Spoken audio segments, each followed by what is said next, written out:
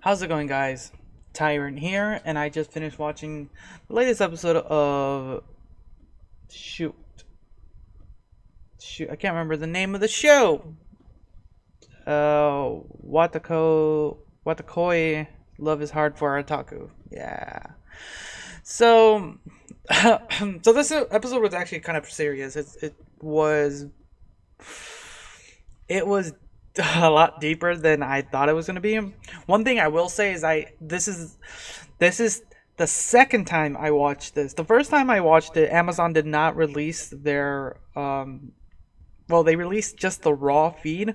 So I literally watched the entire episode without subtitles, and I was like, okay, let's see if I can get the gist of it. And for the most part, I got the gist of it, and I kind of actually understood because what you get in this episode is a reasonable understanding of how what's portrayed in relationships. And so when you're watching this episode, there's a couple things that I messed up on, but like I said, we're gonna split this into two parts, because this is a really like a very, I would say, compromising emotional episode. So the first half of the episode, we get the whole gang, and they're all arguing because shoot, I can't remember their names at the moment, but the redhead and the cosplayer are like arguing because the cosplayer is trying to get her man to kind of join her in her hobby of cosplaying, but he's not budging and nothing. Uh, and this whole argument happens and stuff like that. Some He gets bribed into doing it because she offers him a very lucrative figure, and he ends up cosplaying. But this whole argument that takes place of them going back and forth um, while trying to get their friends to kind of side with them. It's like I said, when I watched the raw feed, I got the gist of it. Like it's for the most part, I was right what was happening, because it's overall situational, and that kind of leads into what kind of happens later, because that fight, you've seen it in the last couple episodes. They're for this couple, they fight a lot with each other, but it always ends with them kind of compromising.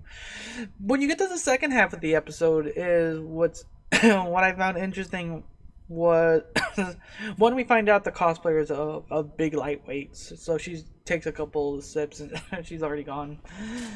And you get an interesting kind of like tale of when they first got together, and kind of, well, just kind of little things. What I mean when I said a little earlier, this episode got emotional, is got emotional because one, she's drunk, and so she's kind of like, they're arguing, and when you have alcohol in your system, and things can be said that shouldn't be said, and you will make bigger outbursts than you normally do. And this kind of happens in this episode. They're arguing with each other, and they've been together for so long that for him that's kind of like a normality. So it's their norm now. They've been together so long that when they argue, they're just arguing for arguing's sake at that time. But now what happens is she's kind of feels very, in her drunken state, she's very vulnerable, and she feels that he's just getting tired. Like he'll get tired of her. The only reason they're dating is because it's easy for them, and they're just compromising. But in truth, at the end, he actually does love her and everything. So, but it's the situational things that which makes this episode really good, because it makes these characters real and like relatable, and like for the most part, it was intense. It was intense. I'm not gonna lie. And yeah, like watching it without subtitles, you still got the idea. It was like really, it's like wow, and like the scenes were like well voice acted and well drawn, and like it got you. There were some feels in there. Um, but yeah, that's kind of it for the most part. There is a scene during that part because there is some funny parts in there where the our pink haired protagonist, the female girl, is kind of consoling her friend and everything, and all she can think of is her boobs. To kind of just throw a little humor in there, but she's doing her best to kind of console her.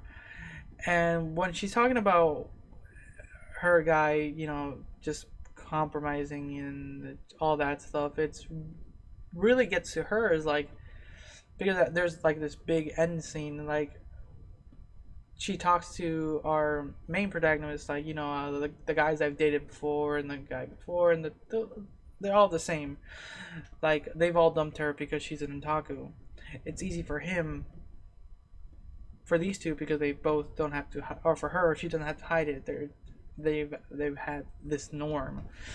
So it ends with a very hilarious kind of confession ish in a way, but it's sweet overall. But yeah, like the episode for the second viewing with titles, like filling in those contexts makes it more like real, because like watching the first time there are some things I was like wondering what was happening, uh but without the subtitles, the visuals itself gave a lot of context clues, and it like damn. So for this episode, like, yeah, good episode. Sometimes a little too real.